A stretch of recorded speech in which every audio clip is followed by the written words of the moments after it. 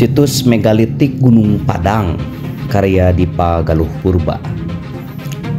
Gunung Padang pernahna di Desa Karya Mukti, Kecamatan Campaka, Kabupaten Cianjur.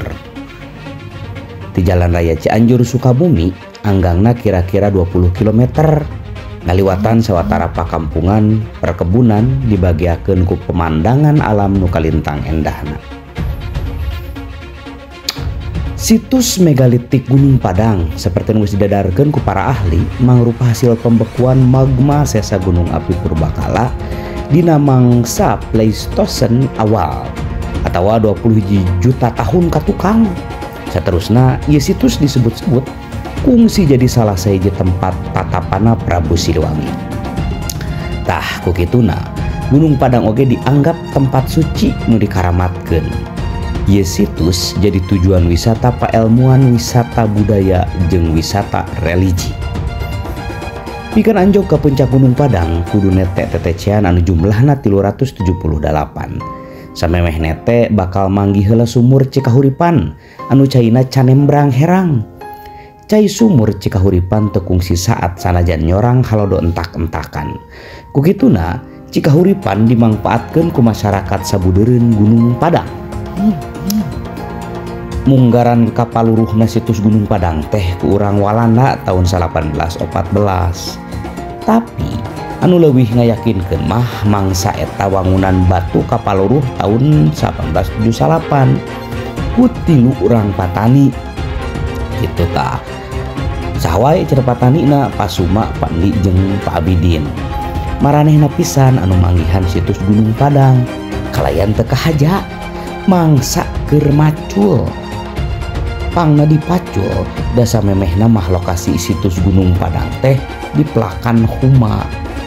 Saterusna tahun 1880 diayakeun survei ilmiah anu nyendekeun yen batu di Gunung Padang kaasup batu andesit.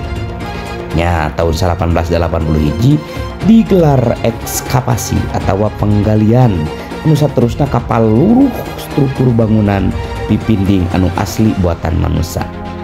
Dina tahun 1882 diayakeun pamugaran ku Arkenas. Tapi proyek pamugaran kaganggu ku ngebledugna Gunung Galunggung. Sabab lebu Gunung Galunggung ngubur situs Gunung Padang. Kakara tahun 1885 pemugaran diteruskeun deui nu akhirna kapanggih puncak Gunung Padang. Wanda Gunung Padang teloyog disebut piramida, tapi leuwih merenah disebutna punden berundak anu diwengku ku 5 tingkat. Kecap punden kungsi digunakeun ku sastrawan Hidayat Suryalaga dina naskah drama basa Sunda anu judulna Punden-Punden Nu Rarempag. Punden dina naskah Hidayat Suryalaga mangrupa metafora dina jabatan atau gelar anu dicangking ku manusia. Dina sajarah Karajaan Sunda jeung carita pantun ngaran Gunung Padang geus rea disabit minangka tempat anu raket patalina jeung Prabu Siliwangi patut pajajaran. Siga nu geus dipedar dina bagian samemehna yang dipastikeun Gunung Padang jadi tempat tatapana Prabu Siliwangi. Malah upama nengetan struktur wangunan Gunung Padang, kemungkinan Gunung Padang jadi sabangsa padepokan keur nyiar ilmu. Ilikan we ngaran-ngaranna, aya nu disebut Pamuka Lawang, aya nu disebut Bukit Masigit, Mahkota Dunia, Batu Kanuragan, Singgasana Raja, Altar, Dolmen jeung sajabana. Demi dina carita pantun Dewi Sri Rumbiang Jati atawa Nyi Pohaci Dewi Sri mindeng disebut-sebut salaku nu ngawasa Gunung Padang. Upama nangtung di puncak Gunung Padang bakal kasaksen pemandangan alam anu sakitu endahna. Sawangan Caang Padang Narawangan di belah kulon aya walungan Cipanggulaan jeung kampung Cipanggulaan.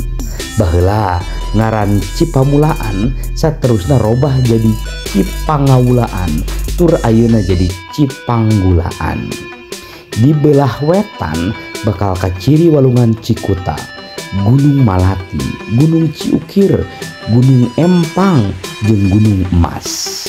Di belah kaler aya Kampung Ciwangun, di belah kidul aya Lembah Emped anu sabenerna mangrupa gunung. Sanajan wandana gunung, tapi masyarakat ukur nyebut Emped atau Lembah Emped. Tug di belah kulon laut aya Walungan Cimanggu. Jadi lain bae pamandangan alam nu bisa kasaksian mangsa nyawang di Gunung Padang.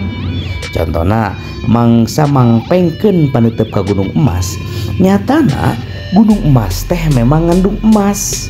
Masyarakat di Sabudeureun rea anu boga pacabakan salaku panambang emas tradisional di Gunung Emas. Kon kitu deui, gunung-gunung Sabudeureun Gunung Padang ku para ahli mah disebutna oge aya candi anu leuwih rongkah tibatan Borobudur. Patalina jeung tradisi, masyarakat di Sabudeureun Gunung Padang sok ngayakeun upacara nyekak banda satahun sakali. Nyekak banda nyaeta ritual pikeun ngahormat karuhun anu ditandaan ku meresihan batu-batu di Gunung Padang. Aya deui upacara seren taun anu maneh digelar saban mungkas taun. Dicutat tina situs http://www.sundanews.com tanggal 18 Mei 2017. Tur ieu teh ditulis dina buku Panggelar Basa Sunda nya. Pangarangna Bapak Yayat Sudariat Kalih almarhum Kang Deni Hadiansah. Sakitu kabeh atur cagah tutup lawang sigotaka.